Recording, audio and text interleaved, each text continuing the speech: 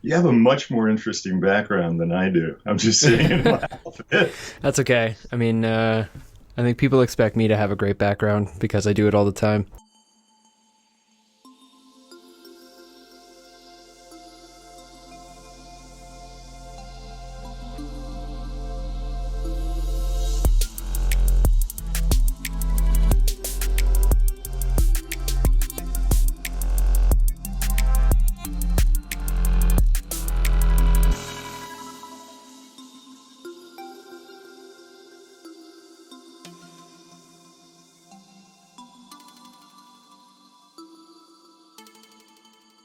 Hello everyone, welcome to another episode of Adventures Through the Mind. I am your host as always, James W. Jesso.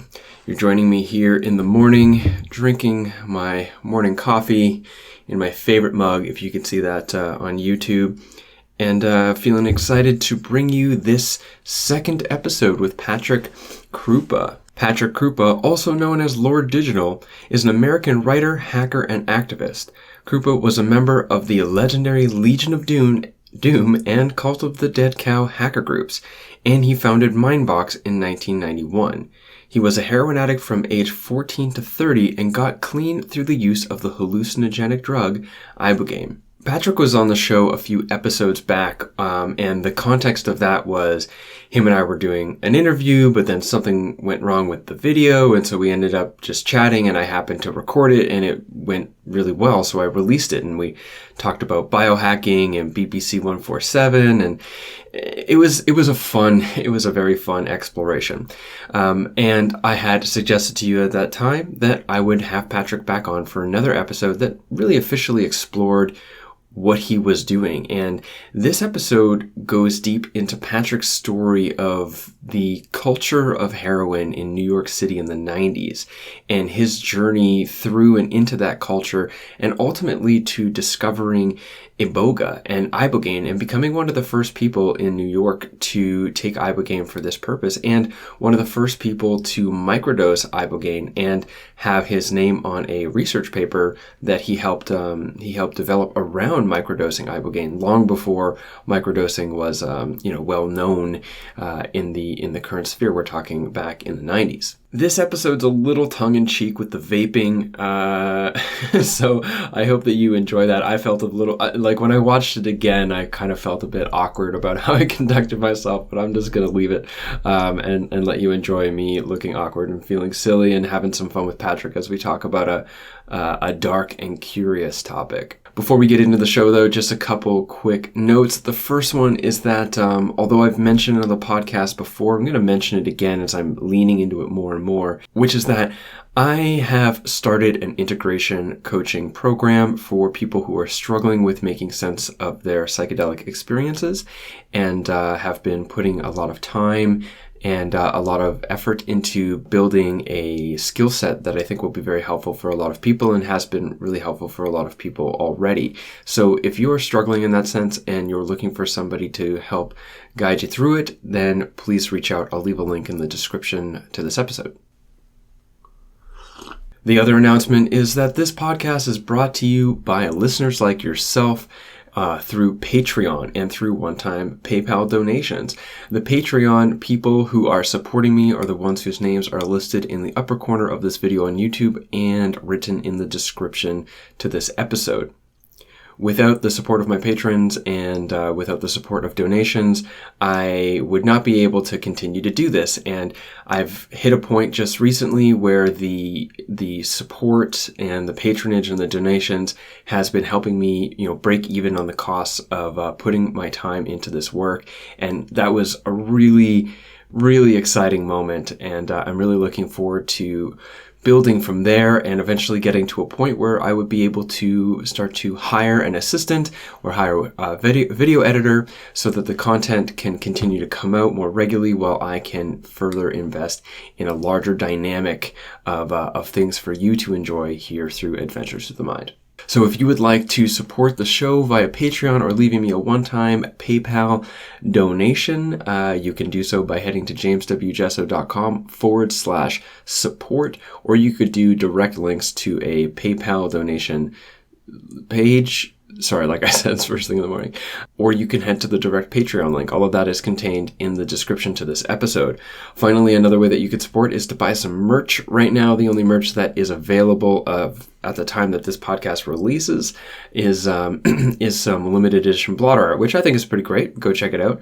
But there's some fun new stuff coming up into the horizon, and I'll make sure that I'll let you know about that either through the podcast here or through my newsletter, which you can get involved with by also clicking the link in this description. I might be rambling at this point because I've got the coffee here, but I'm like 5 sips in, so I'm not really on the focus ball just yet. So I'm going to end it here. Please enjoy this episode with Patrick Kroupa on Adventures Through the Mind. I have to admit, I'm feeling a little dry for some reason. Maybe I think I'm going to eat some kratom. We'll see how this. Yeah, okay. go for it. Because I seem to. Well, actually, you know what? I'll wait because I also just had some cola and some. I had a bunch of stuff, but I think I had in my mind. I've been fairly consistent with my cognitive performance dosing over the last few days, or for the last few podcasts. I drink caffeine during the day, have a caffeinated beverage of some type about an hour before I do this, take that Nexus stack that I mentioned to you, and then eat some chocolate, some very high, strong chocolate, get a little theobromine in me, some phenethylamines, and I'm good to go. But I biked down to the health food store like super stoked just before we were about to get on, like, yeah, I'm gonna get this epic chocolate, and they didn't have it. They didn't have the chocolate that I like, and all the chocolate they had was so high in sugar that I just couldn't do it. Yeah, that's you have a very precisely balanced combination of elements to get your head tuned that rocks. It's brilliant that you know yourself enough to do that. I usually just do a lot of caffeine and then I try to remember to hydrate beforehand. Yes. Well, that and nicotine, caffeine and nicotine. Rather. Speaking of which, maybe we'll just start this interview.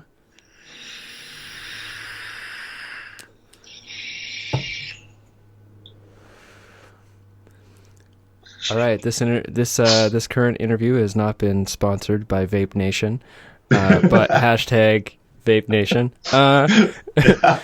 Patrick, welcome to Adventures Through the Mind. Why don't you start us off with the story a story around being in the early 90s and being a phone phreaker and a hacker and eventually getting into heroin? All right. Well, for me, phone phreaking and computers and all that started at a very young age. It actually began in the very late 70s, early 80s. I got an Apple II computer when I was about 7 or 8 years old from my dad, who was at the time a scientist at the National Center for Atmospheric Research, which is this crazy kind of building located in Boulder, Colorado. And Woody Allen actually shot Sleeper there because of the unique design of the buildings and what it looked like. And that was my introduction to computers. And in the early 80s in New York City, there were sort of the tail end of these meetings called TAP. And TAP was the Technological Assistance Program. It was actually an initiative started by Abbie Hoffman, and the concept was to sort of, subvert technology, because if you could control technology, then you could extend your reach, your activism was far more effective, even back then, because most people didn't really understand what was happening with anything. And the main computer systems to explore belonged to the phone company, because the internet as we know it did not really exist quite yet. I mean, it was there. DARPA and ARPA invented it, which is the Defense Advanced Research Projects Agency. Our government invented the internet. And it was all very interesting. There were these meetings taking place on the Lower East Side and in the Village in New York City. And I showed up there, and I was one of the hacker kids, and I was interested in phones. And what I found there was a bunch of really weird old people who were just constantly smoking pot. There were all these drugs all over the place. And it was very interesting and exciting for me at the time because I had no awareness of countercultural politics. I had no idea what the 60s were about. Mhm. I was there to play with phones and stuff. And at the same time, my childhood, is, as many people who ended up doing hard drugs, was somewhat suboptimal. I had a relatively toxic childhood, but it was interspersed with really interesting intersections with technology and people that changed my life in very fundamental ways. So I was exploring phone systems, playing with computers, and at the same time, I was a white kid growing up in Spanish Harlem. And, every time I walk down the street, you'd see pitchers standing on the street corners selling heroin. You'd see the procession of cars driving up, people copying, people driving away. I mean, I knew what it was at a very young age because I was living in that neighborhood where people would go and cop.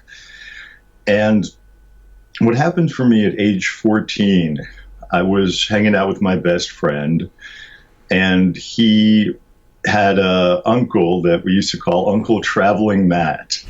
And from that era, Uncle Traveling Matt was like a character on what the fuck was it called? Fraggle Rock.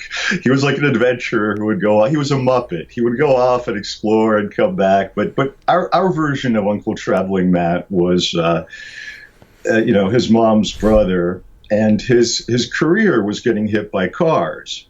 And every so often, that would work out for him. And it was like, okay, that was a BMW that hit you, or that was a Mercedes, and you got a case, and you get some kind of an out-of-court settlement. So this is one of those times. And Uncle Traveling Matt was parked on the couch, and he was, living at his sister's place. And it was like, oh, hey, let's give the kids heroin. Oh, and sounds like a good role model.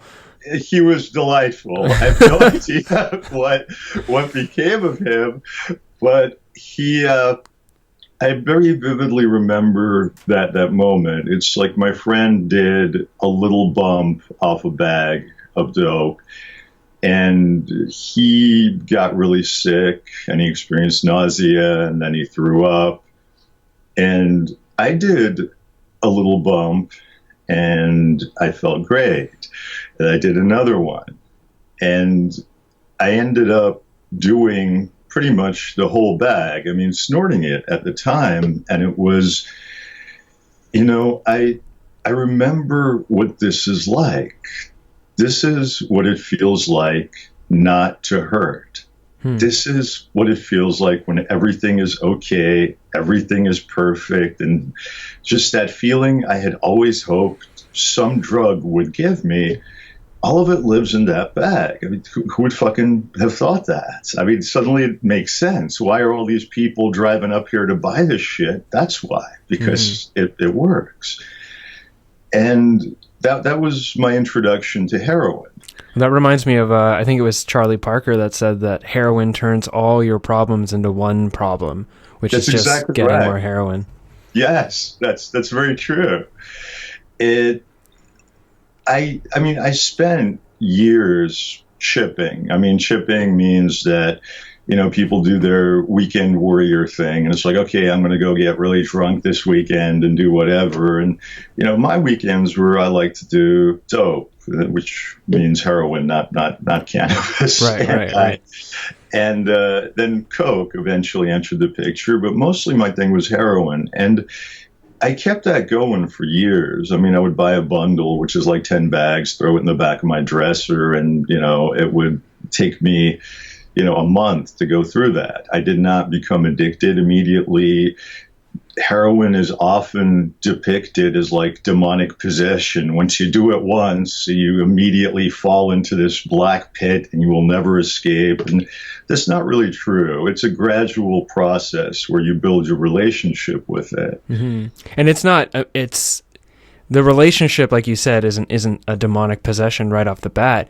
It can actually be a really positive contributor to your mental health in the beginning, right? Because you have these periodic times where you feel really good, and obviously you continue to be very productive in your life. You ended up starting one of the first internet companies in North America or just the United States. Like, you were obviously very productive in what you were doing. Yeah, I was a very high functioning addict, meaning I did a lot of stuff other than drugs. And to be honest about it, drugs enabled me to sort of superglue together all the parts of my life that were not working and keep going and focus on what I wanted to accomplish and what I wanted to do. And gradually, what happened for me was, I fell in love. I got married. I was very young. I was, 22 at the time.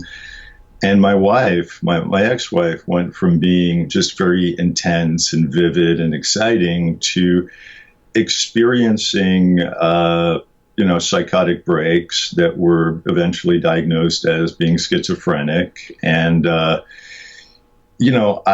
I had help. I was surrounded by, my friends, my peers, my colleagues, my shrinks. I had input from all sides, and the input essentially amounted to, well, run, because you're 23 years old. You're not going to handle this situation. You're not in a position to be somebody's caretaker. And basically, my entire life was kind of like falling apart at the time.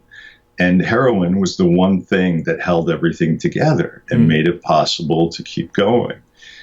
And basically, all the things in life that you think that you want, if you get that job or that guy, that girl, that you accomplish this thing, you move into that house, and all of these things will make you happy.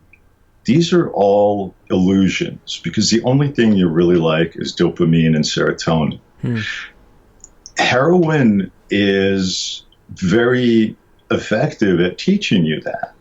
I mean, people say very negative things about hard drugs, and there are a lot of negative things to be said, but if they didn't have some sort of benefit, then people wouldn't be doing them in the first place. Of course, yeah.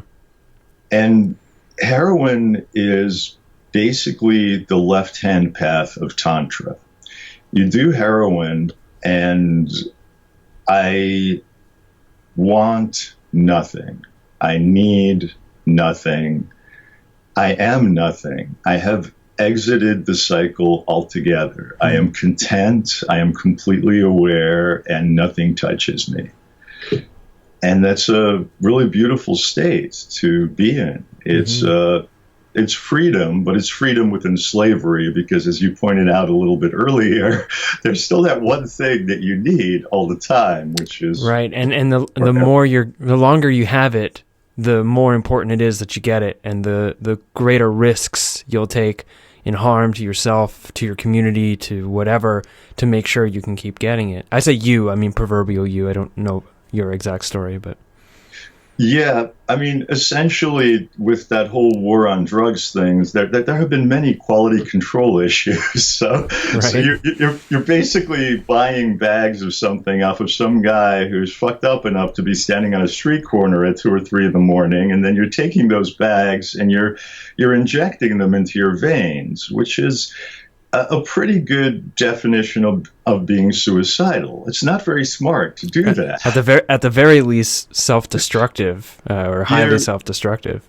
It is the art of self-destruction. I mean, and people ask, why do you do this? Why do you keep doing this? And the answer becomes, well, that's addiction, because you can't stop. It's not like I'm making these choices. It's like I cannot stop repeating these actions. I mean, a reasonable definition of addiction is repeating a behavior over and over and over again, despite accumulating more and more negative consequences. And you know that you should stop intellectually, but you can't, and you just keep doing it.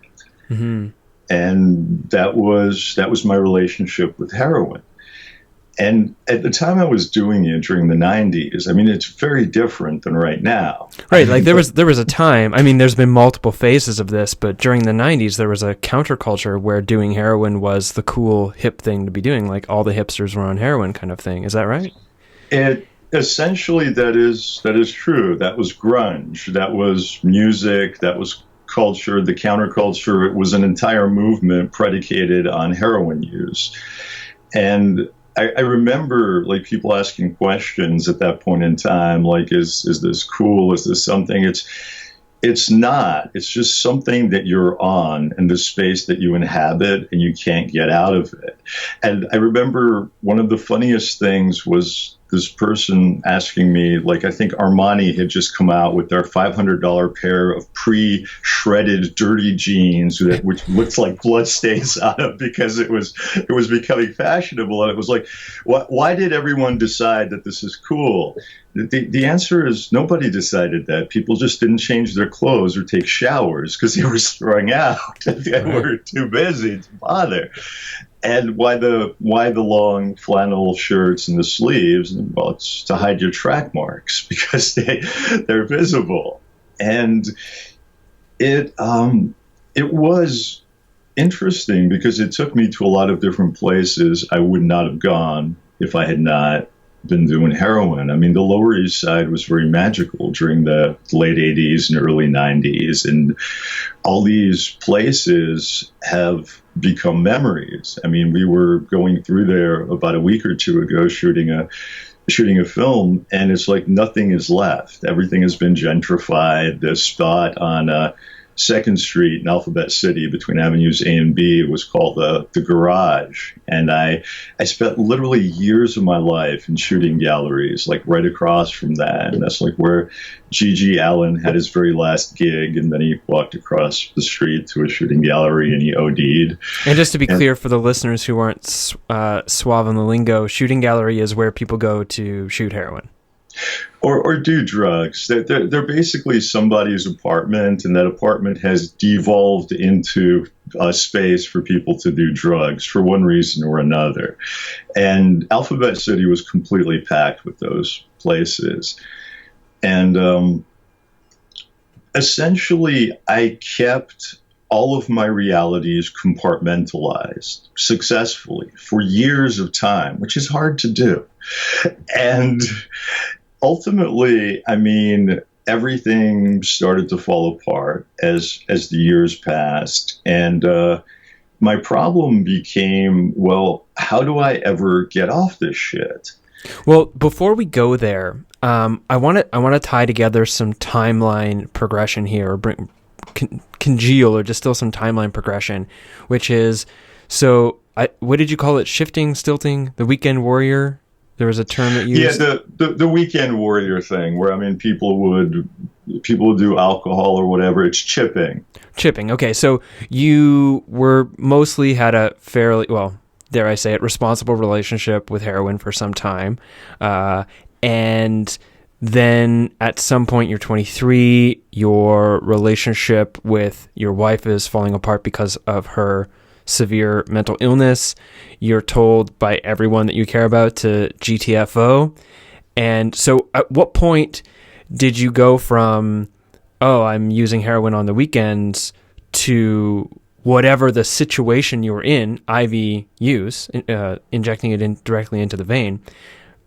Where did that happen? Like, where on the timeline did things get to the point where you were no longer chipping and you were now basically just shooting heroin regularly as a sort of preamble or lead into when that moment was that things became clear that you needed to get out of this situation? Well, it wasn't getting out. The moment where I stopped chipping, and I'm not sure responsible use is an accurate term. It's more like I have a locus of control. I can stop, I can start, I make a choice. And if I do it for too many days, I have all the symptoms of a very mild cold or the flu or something. It's like, whatever, I'll get over it. And I did many, many times.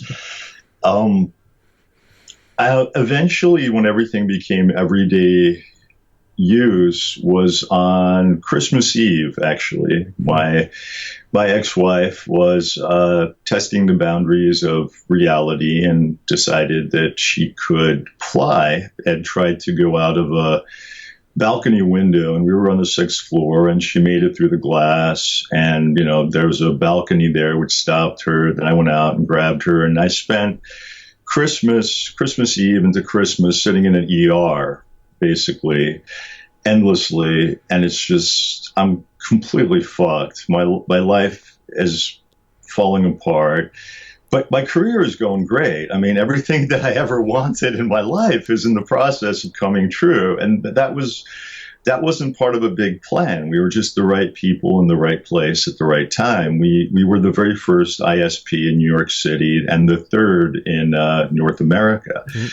And that was when heroin use became every day, just to self-medicate so I could make it through my days. And it worked. And, that kept working for years of time. I mean, I was an IV drug user for about 10 years. And there was this thing that I'd heard about at the hacker meetings, the phone freak meetings, TAP, called Ibogaine.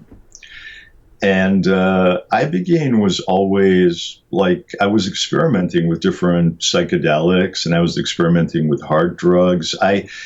I viewed drugs as reality hacking. I mean, there were these molecules I would attach to my receptors. So let's see what changes within the systems running my body and my consciousness. Mm-hmm. It was exploration. I didn't believe all the propaganda about drugs because all of it is so much bullshit. So it's very hard to discern what is real, what is not real. Why is this one drug dangerous, this other drug harmless? Well, that's the harm inherent in sort of unrealistic spectrums of good and bad, especially all drugs are bad perspective, because if all you ever know is drugs are bad and then you find out one of them isn't bad, then you can't trust anything you've been taught. Yeah, essentially it all falls apart because it doesn't make any sense scientifically. I mean, the entire Controlled Substances Act is pretty much a bad joke with no punchline. I mean, cannabis is still Schedule 1, dude. Yeah, it's ridiculous. What the fuck is that? So basically, I had heard of Ibogaine when I was very young, and at the time, it sort of sounded like the textbook definition of snake oil. It's like this mysterious drug from a far-off land that only very few people have ever done, and it has this mystical, magical ability to just heal all addictions.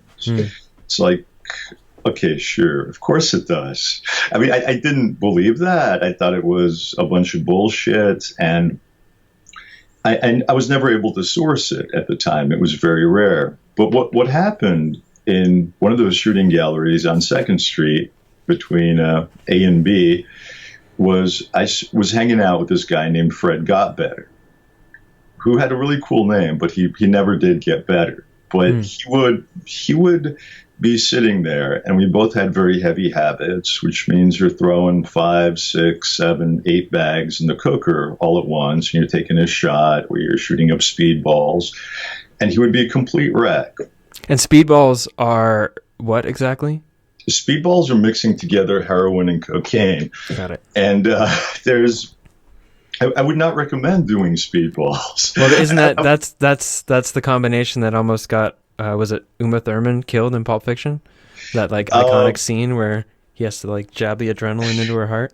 John Travolta. I believe so. I mean that's generally heroin is like what stops your heart and kind of like requires Narcan or adrenaline to bring you back. But speedballs have killed a lot of people. I mean, I think John Belushi died from them. I mean, you can Google speedballs, but one of the comments kicked out there is if God made anything better, he kept it for himself.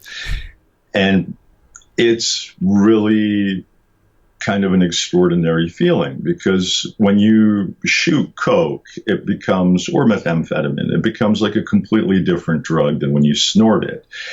You get like this whole energy system in your body just lighting up. And then you have like this locomotive, it's called. The locomotive is your blood pressure going up through the roof and this whistling sound in your ears and total overload. And just as it's about to, the train is sailing off the tracks, the heroin kicks in. And it's like this warm, smooth, spiraling wave down into numbness and warmth and complete contentment. and it feels really good. And so anyway, I mean, we would be there in the shooting gallery and we'd be, doing drugs, and Fred would vanish and he would come back like 2 or 3 days later and he was clean. He would like sit there and smoke weed and talk about Ibogaine. He would fucking rant about it endlessly. He was like a zealot. And it was really funny because, I mean, it's, okay, it worked for you and you're clean. So why the fuck are you back in a shooting gallery talking about the fact that you're not doing heroin? Right. And so inevitably he would get strung out again. But what really stuck with me was just seeing this guy go from a state of completely strung out, heavily addicted, to completely clean in about 72 hours. And from what I knew, that was impossible because I had tried detoxes. I tried every conceivable detox that was out there at the time. I was on methadone tapers to taper down to nothing. I was on methadone maintenance for a total of probably about 5 years back then. I was on the very early clinical trials for buprenorphine, which they were trying to formulate into something that was active sublingually, which ultimately became Subutex and Suboxone. I did ultra-rapid opiate detox twice. I saw Richard Rez. Ultra-rapid, that's where you just go cold turkey? That's where they basically put you under general anesthesia, and they shoot you up with naloxone, which makes which occupies your receptors, knocks off all the dope, and makes it impossible for anything else to bind to the receptors, theoretically. Although you can do a receptor blockade, as you can overload the receptor blockade, as many of us found out in the future after that. But experimentation, bioassays. but none of these things worked for me. And the only thing that I experienced after them was a lot of discomfort and pain and psychological distress. And I wanted to get Ibogaine, and I couldn't really get it. And the final event, I guess, when you're addicted, people say there are a lot of stops on the elevator down. And I had hit a very low bottom. I mean, I had lost everything that I cared about at that point in time. I mean, I was divorced by then. Mindvox, the company that I co-founded with Bruce Fancher, had kind of like disintegrated and moved sideways into other startups. I was couch surfing shooting galleries. And on my 30th birthday, I got picked up in a sweep by TNT. And TNT used to be the Tuesday and Thursday Narcotics Task Force. And under Rudy Giuliani, it became the harass the shit out of everybody all the time task force. And basically, I got picked up for being white in the wrong neighborhood, because it's like, why are you standing there? Why are you here? And, a cop comes up, language is control and words have power and you can describe it in different ways. But it ultimately got tossed out as, illegal search and seizure because he had no cause to search me or stop me in the first place, or I pled out. I don't even remember what the hell happened with the disposition of the case. I mean, it was a while ago, but they throw you face down, they stand on your neck, they snap handcuffs on your back because why? I'm resisting, or I'm going to pull a gun on you. I'm just standing there. Then they throw you into a van, and then you get processed, and I ended up doing cold turkey on a cement floor in the Tombs. The Tombs is the jail right next to the courthouse on Center Street in New York City. And that was pretty much the low point for me, turning 30 in jail and going through withdrawal. That was not fun. And it filled me with a tremendous amount of anger because basically I've been kidnapped and tortured. By tortured, I mean I'm not being given medication for my withdrawal because, nobody gives a shit. It's fine. It's entertaining to the cops if you're going through withdrawal. And there's 20 other people in that cell just like me. And on the other side of it, it was just, this will be my life. I'm going to be 50 years old standing in line on methadone maintenance somewhere. I've got to get the fuck out of here. I've got to change what I'm doing. This experiment is over. Heroin works a little bit too well. I mean, you end up with nothing at all in your life except for heroin. And I started talking to Howard Lotsoff, who was the person whose anecdotal observations in 1962 first brought to light the fact that this psychedelic called Ibogaine has this really cool side effect. Because if you took Ibogaine and you were not a drug-dependent individual, you would never know that it did this. You'd have to be a junkie and take it to notice what had just happened.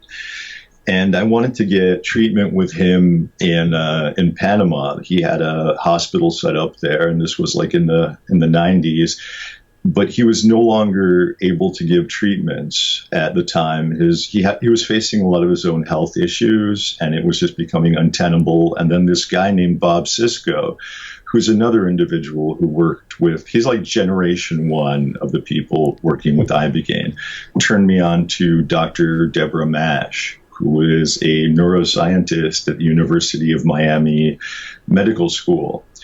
And the FDA had actually green-lighted clinical trials on human drug-dependent subjects using Ibogaine, which was remarkable.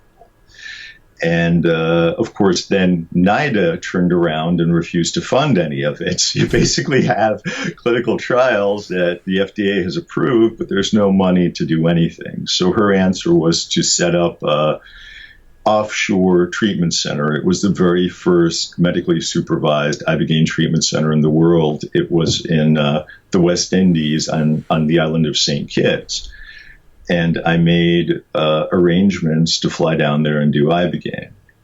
And, that was not what I would have wanted exactly. I would have preferred to just, can I buy this shit and do it on my couch or something? I don't want to be surrounded by anybody. I don't want like people poking me with sticks and prodding me and, asking me questions. But anyway, it was not possible. So that was my intersection point with Deborah and Ibogaine. And, that whole experience ended up being very profoundly life-changing for me. Eventually, and please fill in what needs to be filled in to get there, but eventually you end up kicking heroin after that experience. And I know some people, in particular to Ibogaine, I've heard it, don't like to talk about what they went through because it has this sense of, unlike many other psychedelic experiences, there's this profound sense that this is not for others' ears, but I don't know if that's the same for a lot of people or all people. But after this experience, you eventually even end up participating in microdosing research long before microdosing was even, the whisper in the ears of the subculture.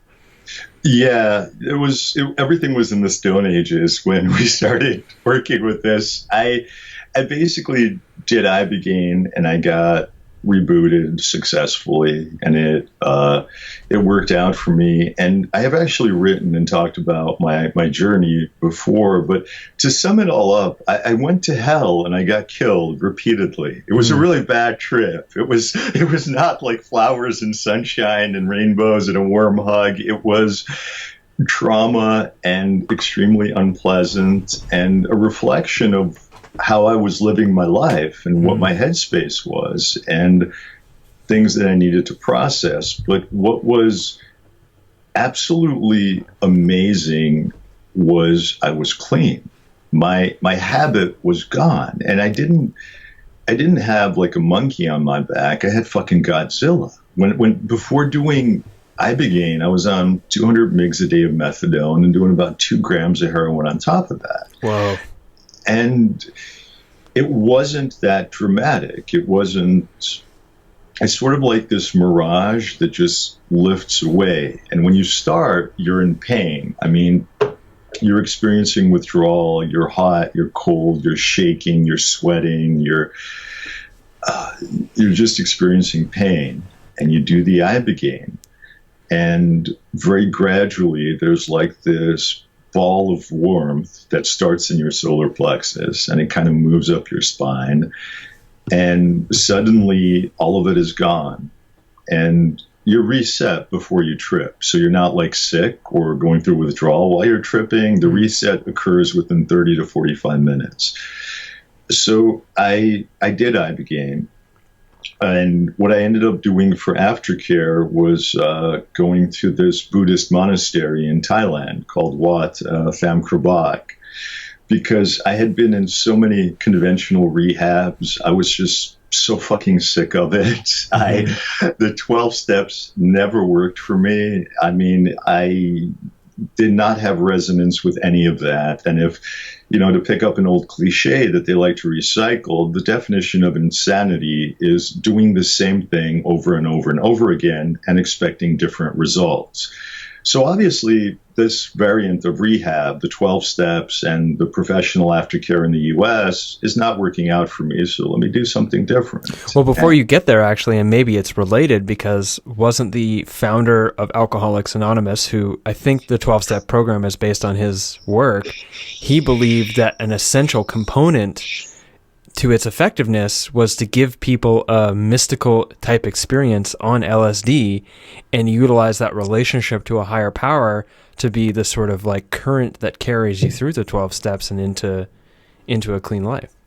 That was Bill Wilson, and yeah, he was a proponent of LSD, and I think that highly upset other people within the group who kind of said, okay, Bill, shut up now. We're trying to keep people completely clean off drugs. But yes, he was very positive about LSD and entheogens in general. And not to knock it, I mean, the 12 steps have helped a lot of people that I know, and whatever works is great. It just did not work for me. And going to Thailand, it did work out because I was in a very strange environment. The monks there were just very loving. They were very accepting. There's no guilt. There's no shaming you. Nobody had ever heard of the 12 steps. Nobody really understood the concept of Western psychotherapy. It's like, okay, so you sit and spin and examine your problems endlessly. Well, why? Don't you already know what all your problems are? Does that help? Well, sometimes, usually, often not. They had completely different paradigms for viewing addiction and, well, what a human being is. I mean, obviously, they're all out there sitting in the middle of nowhere being Buddhists. And I remained clean after that. I mean, I cleaned up in the Stone Ages, in the very late 90s. And after spending 3 months living in Thailand, I got hired by Dr. Deborah Mash, and I came back to work for the University of Miami into the States.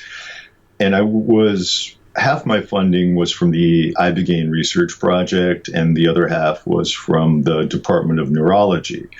So I was working with, Ibogaine, drug-dependent individuals before and after their treatments.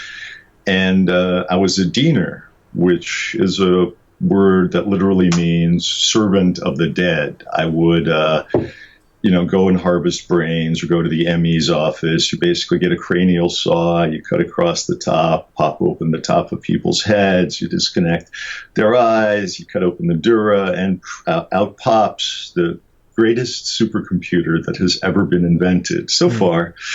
And it was really fascinating. I mean, I enjoyed being in that environment very much. And I actually think I would enjoy being in that environment too. From a learning perspective, I don't think I'd want to go there for playtime, but I would find it very, very interesting, and actually always have. It's fascinating. It's really cool. I mean, if you like taking apart different systems, well, we are the ultimate system. I mean, how all these different interlocking systems intersect with one another to form what is a human being. I mean, you have biology, psychology, spirituality, how it rocked. I mean, I really enjoyed the environment that she provided, and I give her a lot of credit because she let me do my thing without invalidating my truth. It wasn't like you're sick, you're diseased, go to this meeting, stand up and say you're an addict. It was just, fuck that noise, engage your frontal lobe, make decisions. It's not demonic possession. It's actually you, and you're making choices. So engage your frontal lobe and make different choices. And I did, and that worked out. But the genesis of microdosing with Ibogaine was, well, I was working at the University of Miami, and with like individuals such as myself who had gone through the program at St. Kitts. The program was extraordinarily expensive. I mean, the private hospital in Panama, when Howard had that going, that was between 30 to 35K for a private treatment there. St. Kitts was in the 20K neighborhood. I mean, it was a lot of money. And I had a lot of friends who were just broken down, and they had no hope in hell of ever coming up with that much money to get off of heroin. So what do I do? And in my case, the answer was, well, fuck it, I will help you. And I started doing underground treatments with Ibogaine during the early 2000s. And I had a very good idea of the safety protocols that were required because I was working for Deborah, and I knew what was needed to safely administer Ibogaine. I did it for a lot of different reasons. I mean, one of them was I really wanted to help these people. Another one was I just really enjoyed the rush. I mean, it fucking rocks to see somebody who has been turned into a slave by this substance. They cannot get off. They have this disease. And hey, here's the power to just lift that off people and make it go away.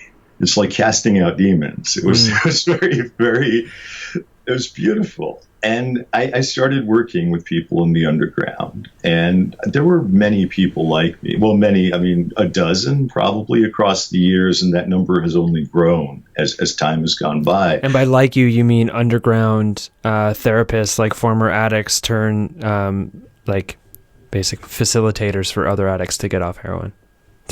Or whatever drug through Iboga. Yeah, it just was this very natural kind of organic outgrowth of, there's a problem. There aren't any solutions. This helps. It's against the law, but fuck it. Let's do so is heroin. Yes, so is heroin. Yeah, right, it's like you're committing multiple felonies every day just to get straight. So, I mean, it wasn't such a big leap. It didn't matter too much. But what I discovered was two things. One of them is a lot of drug-dependent individuals do not like to trip. I mean, they're self-medicating trauma. They're self-medicating extreme abuse in some cases. There are a lot of people with a lot of very valid reasons for being on opioids and painkillers. Well, that's actually something from a person who's a bit of an intellectual role model for me, Gabor Mate, his thoughts on, like what do people get when they take heroin, for example.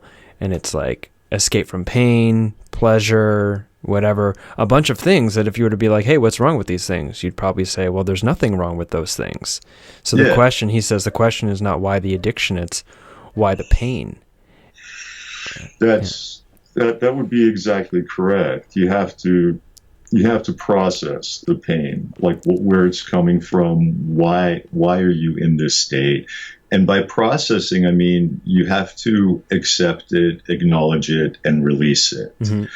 And there are different molecules that help a lot with that process. But what I discovered worked was microdosing. You could take someone who's just doing whatever baseline amount of drugs they're doing to stay straight and add 30 to 50 milligrams of Ibogaine into that mix. And you will immediately discover that your tolerance has decreased. You need less and less drugs to accomplish the same thing. And if you continue microdosing across a period of several weeks, you can go from having a very heavy habit to nothing. You're clean. And you never had to do the flood to begin with. Right. Now, my understanding on this is that that's because Ibogaine converts to or metabolizes into noribogaine, which is fat soluble and tends to stack in the brain. And so a long period of time of microdosing can produce sort of a very similar disposition in the brain as just coming out of a flood dose. Is that right? Basically, yes. I mean, Ibogaine is depoted in fat and then very gradually gets converted to nor. So you have noribogaine on board, which is a long-acting metabolite of ibogaine, and it acts kind of like a super sticky Prozac. It basically alleviates cravings. It is extraordinarily effective with PAWS. PAWS is post-acute withdrawal syndrome, because if you've been substituting an exogenous molecule for years or decades of time, your dopamine, D1s, D2s, D3s, they're all trash. There's nothing in life that would normally give you pleasure or happiness that's happening for you. You're just miserable. And that's one of the things that makes it so hard to get clean. Even if you're not sick, you're just going through months or years of your life being depressed and unhappy. And that's why people relapse. And noribogaine was extraordinarily effective in alleviating all these symptoms and all these problems. And also, there's microdosing is something that I started experimenting with, but there is very little clinical data on microdosing. There's none, in fact. There have been so far 0 papers published in peer-reviewed medical journals about microdosing ibogaine. Hopefully this will change, because I know of at least a few that are in the process of coming to fruition, so I hope some of them get published. Well, I want to ask you about the role that you played in getting some actual research, published research on the microdosing ibogaine, I guess we'll say, phenomenon. Before we do, I just want to pause for a second. I got to close this window because there's a dog barking and stuff out there. I want to go for it. Sure. All right. So you played a valuable role in the first, maybe the only academic research that has been done into microdosing ibogaine, and this was during your time working with Deborah. Did you say Mash or Marsh? Mash, Deborah Mash. Yeah, I was basically at the U of M, and I was working with, ibogaine-related materials, so I had a good overview of what is scientific research, how do you collect data, how do you quantify something, how do you analyze data, what's necessary. I mean, there's really very basic stuff that you can make much more complex. I mean, there's the ASI, which is an addiction severity index. There's a OOS, which is the objective opiate withdrawal signs, SOWs, which are subjective opiate withdrawal signs. There's a stack of very standardized forms that you use in researching drugs. And anyway, I was working a lot with Hattie Wells, who was someone I worked with over a period of many years of time. She's with Amanda Fielding at the Beckley Foundation right now. Mm-hmm. And we shared data on working with patients in underground settings, and we shared data with microdosing.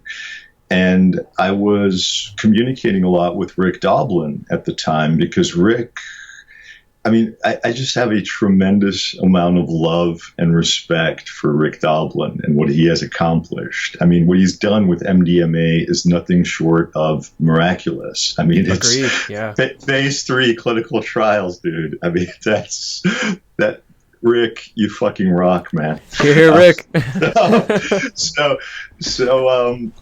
Anyway, I talked to him a lot, and we ended up publishing these 2 papers in MAPS, and he sort of kicked it out to a very broad audience. And it was, at the time, I was very neurotic, and it was like every editor that ever touched it, send it back to me. Let me see the numbers. If you make a typo, you can kill somebody. This has to stay. Because there's a big difference between 50 mgs and 500 mgs. And if somebody reads that, it's just, they're going to drop dead if they add that to their normal intake. And it was it was cool to just formally get that out there and start building a foundation of research for microdosing Ibogaine, because there's so much that you can do with that. And in my own experience, anyway, I have personally never had any adverse events with microdosing Ibogaine, and I have never worked with a patient who had adverse events. And by adverse events, you mean you are also referring to apart any of the number of different adverse things that can happen when taking a highly psychedelic substance. You're meaning specifically the issues with cardiovascular function, like that comes up with Ibogaine. Is that what you mean? Yes. Yeah. I'm talking specifically about Ibogaine, not so much the stuff that can happen with any entheogenic compound, just Ibogaine, because Ibogaine has, cardiac risks. It has QT prolongation.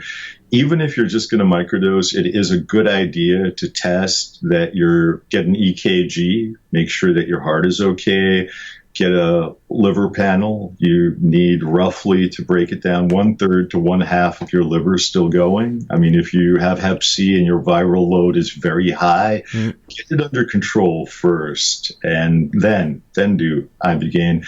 But basically, I have never experienced personally or with anyone that I work with an adverse event with microdosing.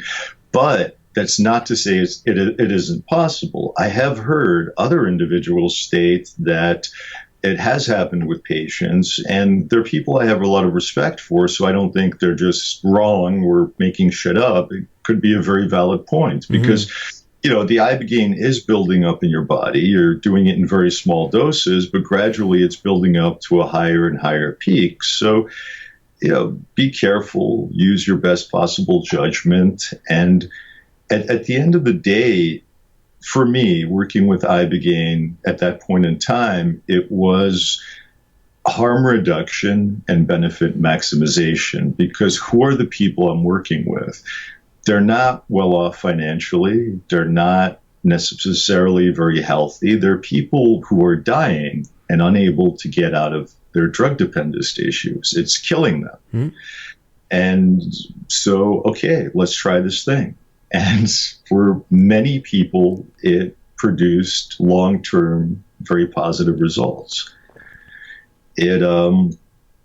It really matters a lot what you do with yourself after Ibogaine, what your aftercare plan is, what you're going to do to change your life. Because drugs, your whole life revolves around drugs, especially when you're a junkie. When you're a junkie, I mean, your habit runs the entire show. Everything else is secondary to that. And once you remove that, you have this giant black hole inside of you that you have to fill with something.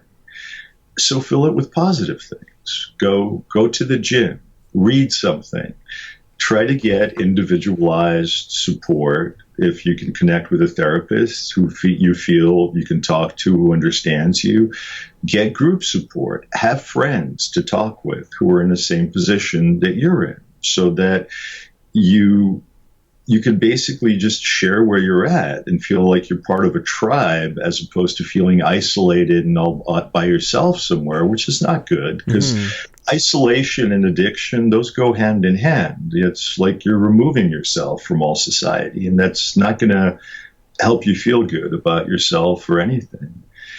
And basically, people who do the work, if you change your life, you change your behaviors, just do all the things to the best of your ability to do so. Eventually, you're going to find the collection of those things that works for you and keep pursuing them. And you know what? You'll stay clean, because you do not have a chronic, irreversible disease that you're stuck with forever. It's called tolerance. Your body is trying to hit homeostasis. It's not punishment by God for being a bad person. You're not damned. You don't have to go to a meeting every day for the rest of your life and stand up and say, I'm an addict, because you know what? That's bullshit. You're a human being. We're all fucked up in different ways and experiencing varying levels of pain. And there are different ways to process that and deal with it. And I've seen Ibogaine work for a lot of people other than myself who were previously locked into an intractable pattern of self-destructive behavior they could not break free from. It really is something. I mean, at this stage, I fully support medicalization of Ibogaine. And medicalization, oddly enough, really upsets a lot of people within, the Ibogaine subculture. And, people don't like Western medicine. People don't like doctors. People don't like, what insurance companies allow or don't allow. And you know what? All of those are very valid points. That's all true. Yeah. That's what it is. However, it would also make it so that Ibogaine does not keep getting banned country by country. Like recently, Italy banned Ibogaine. Canada had multiple adverse events, so they actually did something pretty remarkable and turned it into a prescription medication. They basically banned, like, Health Canada has a ban on importation of any Ibogaine or Iboga or Ibogaine containing compound unless you're an approved, like, you can get approval through Health Canada if you're like a detox center or an Ibogaine center, which is really incredible. I'm not familiar with the exact nuances of where it's at right now, but just Health Canada's response was very, very enlightened. I mean, meanwhile, over here in the United States, I think Donald Trump is saying we should give the death penalty for drug dealing or something like that. Yeah, but Donald Trump is a fucking ignorant orangutan and should not have any power in the first place.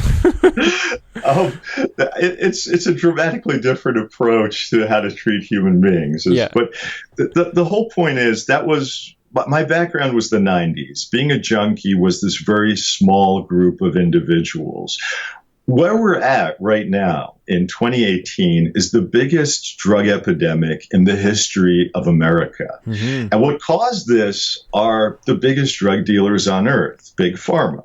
There's this very small family-owned company called Purdue Pharmaceuticals who released their miracle product, OxyContin. And in the process of doing so, they literally took a couple of pages out of the Bayer Corporation's playbook for when they released heroin. When Bayer first started marketing heroin, it was a gentler, safer, non-addictive form of morphine. Totally safe. You take it for coughs, you mix it in with paregoric, your kids are cranky, give it to your kids, heroin and everything. And as time passed, that statement turned out to perhaps be wishful thinking, and maybe heroin was actually far more addictive than morphine in the first place. Oh, geez. No way. Shocking. Yeah, exactly. And cigarettes are not good for you. And, but anyway, I mean, Purdue Pharmaceuticals completely saturated America with Oxy. Their marketing department did an incredible job. I mean, they literally controlled roughly 1/3 of all narcotic analgesic prescriptions in the United States. They were going around giving away like conferences like on OxyContin, which was like on cruise ships, and they were giving away bonuses and taking people out for fancy dinners, and they had like, teddy bears and hats, like the kind of thing when you go to a bank and they have like a little teddy bear with like Scotiabank or Bank of America on the shirt, but it's like, basically like, and they were claiming this is entirely not addictive and shaming doctors for their unreasonable stigma against prescribing opiates. That's completely true. And they got nailed with one of the largest fines in the history of what pharmaceutical companies had to pay. But even what they paid was kind of a drop in the bucket in terms versus the profit that they made. I mean, 1/3 of the entire market for narcotic analgesics. I mean, any criminal enterprise would be envious of what these fuckers accomplished. That was amazing. But so so suddenly oxy is a big problem, and all these doctors who are writing, 2.5 prescriptions for every human being in all these states in middle America, they can't write them anymore. And so the patients who are all strung out, they go and, they want to get their script refilled, and it's like, well, sorry, but the laws have changed. We can't write you for that anymore. And magically enough, your drug addiction does not just vanish because some laws have changed. And suddenly you have this entire strata of people who are now strung out on opioids, and they have no place to get them anymore because their dealer, which is their doctor, has cut them off. And then people try to buy them on the street for a while, and they discover that they're very, very expensive. And then usually people discover that, oh, hey, this thing called heroin, it's both cheaper and a lot stronger. So why don't I switch to that? Mm-hmm. I mean, at this point, I consult with Clear Sky Recovery, which is, the evolution of like Deborah's treatment program in St. Kitts that moved to Cancun in the very early 2000s.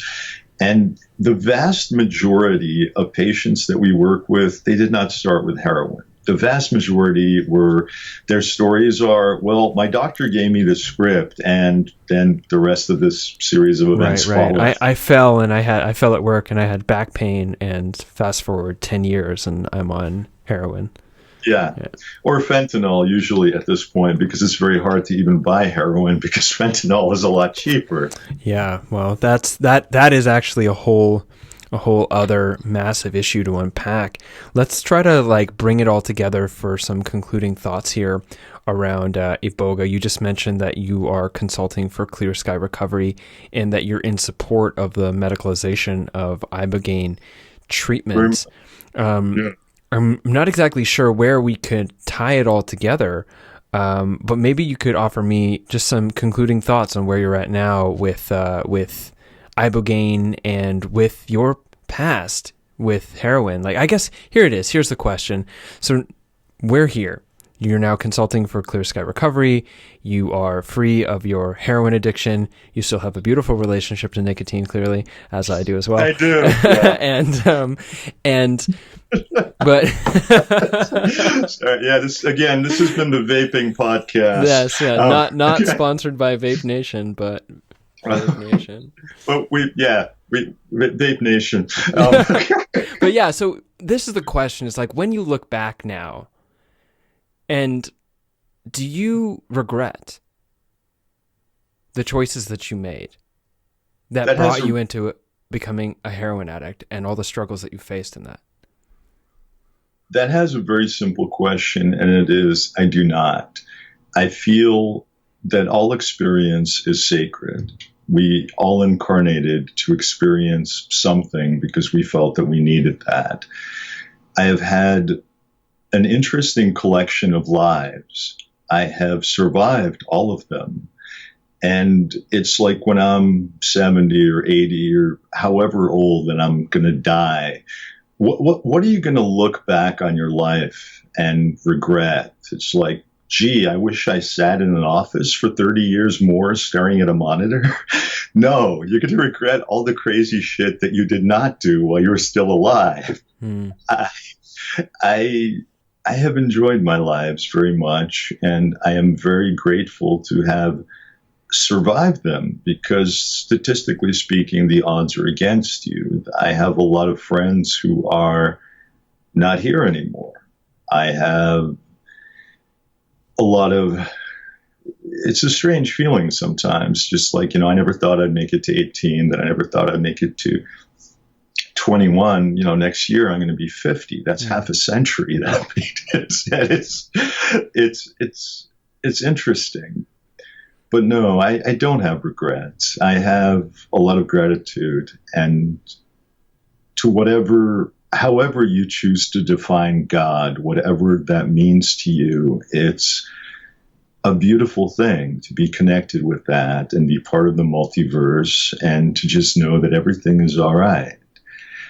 With Ibogaine specifically, Now, a lot of cool things are happening in different countries. In most countries, Ibogaine is an unscheduled, unregulated substance. So you can work with it legally. You don't have any of the stigma of underground treatment. You just have unregulated treatment, which can be dangerous because people don't follow the safety protocols. So the solution there is country by country, individuals who give a shit about Ibogaine need to support clinical trials so that medicalization can start happening.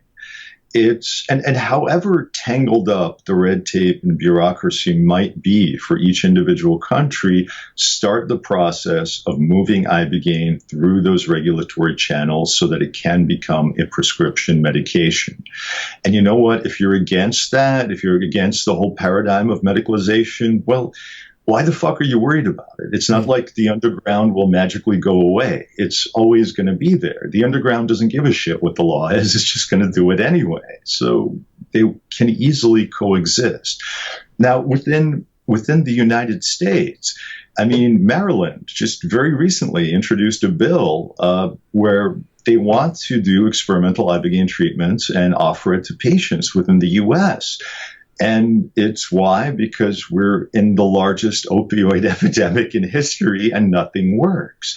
Now, it is my belief that state by state, Ibogaine trials, some clinical trials, Ibogaine research can and will start within the United States using much the same paradigm that was successfully used with cannabis.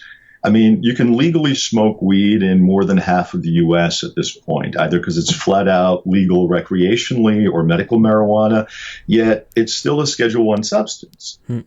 So I believe that Ibogaine can follow a similar path and eventually attain medicalization, but that's going to take a really long time within the U.S. because the pharmaceutical industry does not want to heal people or better humanity. They want pretty much the same things as every other corporation on earth wants, which is to generate revenue for their shareholders. And maintenance medications make a lot of money. Ibogaine is a single administration modality, which does not. And it does have some possible side effects. It has to be administered in a medical setting. And Basically, the biggest problem is it's a naturally occurring molecule, so you cannot patent the molecule itself. You can only patent specific applications of the molecule. And all of the patents for drug dependence have already been issued, and all of them have already expired. And bringing a drug to market within the United States right now costs in the neighborhood of $1 to $1.4 billion for one fucking molecule. And those are the ones that make it. A lot of them don't make it. But the thing is, nobody is ever going to recover any of that money if they actually did try to bring Ibogaine to the marketplace. The one path that may be available is the Orphan Drug Act, which is basically molecules that have been abandoned but may have some sort of medical benefits. So to wrap it up and compress it, I really think that medicalization in whatever part of the world you're in, participating in your society, in your culture, and pushing the acceptance of Ibogaine forward is a tenable solution that will help a lot of people. Because at the end of the day, Ibogaine works. And we really do not have any other similar molecule that does the same thing. Whatever your feelings about entheogens or tripping or anything else, it's just we don't have anything that works. So, there's that. Okay, great. Thanks. Patrick, fantastic. Thank you for being on the show, sharing your story, and of course, generally just sharing your story far and wide and being the supportive agent that you have been in the recovery of a lot of people from the metaphorically demonic possession of heroin addiction. Thank you very much for having me and giving me the opportunity to share with your listeners. It's been a pleasure talking with you, both right now and all the other conversations before right now. Yeah. It's a good long rapport that I look forward to keeping up over time. All right. Is there any particular links or social media handles that you would want to direct the listeners of the show to, either to follow you and what you're doing, or generally projects that you're associated to that have to do with Ibogaine therapy that you're supportive of? Sure. The place where I consult is called Clear Sky Ibogaine. So it's clearskyibogaine.com, all one word. And I mean, I'll give you the links after the podcast, so you can hit them up somewhere. And my site which is just a collection of my materials, is called exciteddelirium.net. And it's pretty easy to Google me and just find a lot of the stuff that I'm associated with. That's really about it off the top of my head. And also the old Ibogaine site, which was ibogaine.mindvox.com. That was a pretty complete and intact record of the 2000s, all the Ibogaine conferences, the research, everything that was happening. It's a period of time that predates Facebook and the existence of most social media. It just contains the evolutionary processes of a lot of people. There's the Ibogaine list, which had 10,000 subscribers on it, and a lot of people talking about things. It's just something to explore. And of course, Arrowid, Gita, and the work that they're doing, and ICEERS, because Ben Delonen is fucking awesome. He's another individual making significant positive changes in the world. So fuck yeah, Ben. He works with ayahuasca mostly, but he also focuses on Ibogaine. So that would be it for me. Great. Well, I will make sure the links to everything you've mentioned will be in the show notes of this episode, which are always contained at jameswjesso.com for the listeners. And that's it. Thanks for being on the show. Thanks very much for having me. And cut. Well, I hope you enjoyed that interview with Patrick Kroupa. If you enjoyed it, please leave a thumbs up on YouTube, a like on Facebook, and a share across whatever social media platform you are most juicy with, and because that's a really great way to help have the algorithms supporting us, to have more people check out the content that you've enjoyed. Another way to support the show is by leaving a one-time PayPal donation, or by becoming my patron on Patreon, which you can do in the description to this episode. There are links. And you could also just head to patreon.com/JamesWJesso. Finally, you could check out some merch on my website, also linked in the description to this episode. Or, you could just be awesome with your day and just share what you learn with somebody else so that you learn it better and they're inspired by it as well. That's, not directly supporting the podcast, but I think it's, directly supporting the evolution of humankind. So let's lean into that if that's what you got. Anyways, thanks so much, and I will see you on the next episode of Adventures Through the Mind. Take care.